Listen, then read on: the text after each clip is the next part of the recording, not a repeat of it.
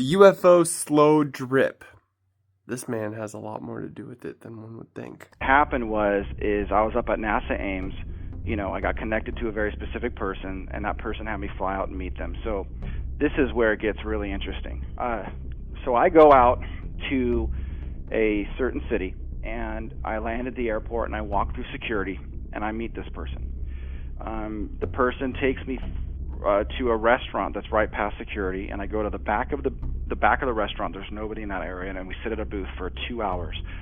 And while we're sitting there, he leans across the table, and this is the very first words that were said to me. It was the Cold War, and every single day we lived under the threat of nuclear war.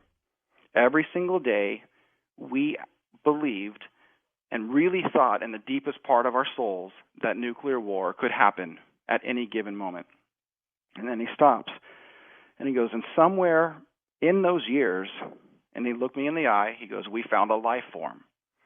And everything that we did and every decision that we made with that life form was because of the consciousness at that time.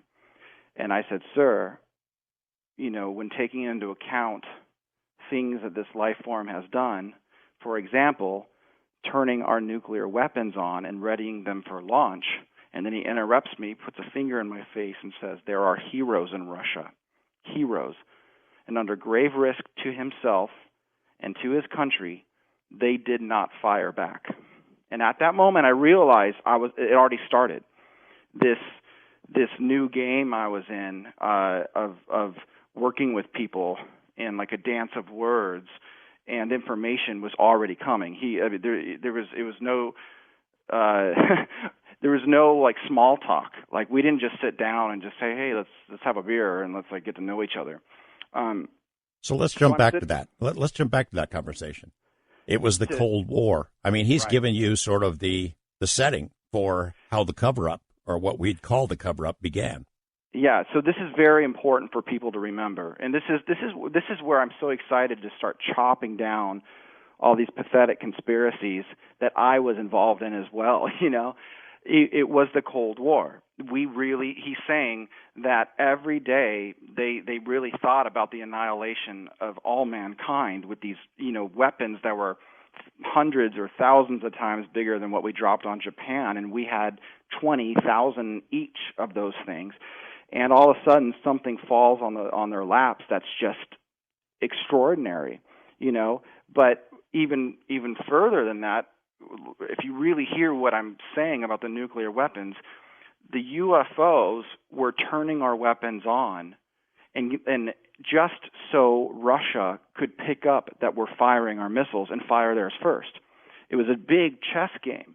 So these guys went into complete secrecy to start coming up with a defense system against this phenomenon. They really want people to understand this, to know these things, but they don't want it to mess up their efforts. The more that I started to find out, I thought it was a pretty heroic tale, that these were really good men and women. Do you know that in that first conversation that I had with that general, during the 2 hours, I didn't even leave the would I was in this back booth, and then I'd go through security, get on a plane, go right back home. It was a crazy meeting, but during that, he must have brought up what was best for the quote, best for the republic, best for the free republic. He brought that up probably 8 different times. It's very, very, very important to these men what is best for the United States as a free country, free-thinking man, and the republic that we built. They're not these crazies running around trying to war. They're not warmongers, Very smart. This person has multiple PhDs, and I wish I could tell you who he is and what he. There was nobody above him. There's nobody. Maybe a couple, but when you look at the divisions of how the Department of Defense works, and this specific division, it's just extraordinary that I have this contact. So I started using it as much as I could. So I said, taking it from that point, we talked for 2 hours, and I said, sir, I need an advisory committee, and we walked through what I need and why. And so he went out and got the advisors for me. what was really interesting about this is that I started getting advisors that were in different areas, people that deal with space, people that deal with intelligence, people that deal with biowarfare, stuff that you wouldn't necessarily think I should need, but I got them, and now I had the ability to start pulling these people together, and I had this one really interesting contact out in Washington D.C. that was connected to the highest levels of government. That's how I can say it. And so I was able to pull off a coup in regards to what anybody in this field has ever been able to pull off, which was a conversation with not only my advisors, the most important group of the advisors, and somebody representing basically the highest levels of the land, and talking about how do we do something to help the youth understand that this is a reality, but that they're doing really good work, and they could use the empowerment. They could use the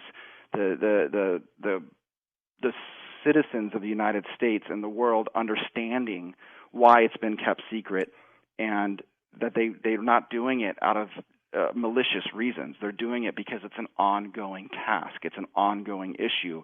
Does he tell the truth? Is he lying? Do we believe him? Do we not? What are your thoughts on Tom DeLonge? Let me know in the comment section. We'll see you soon.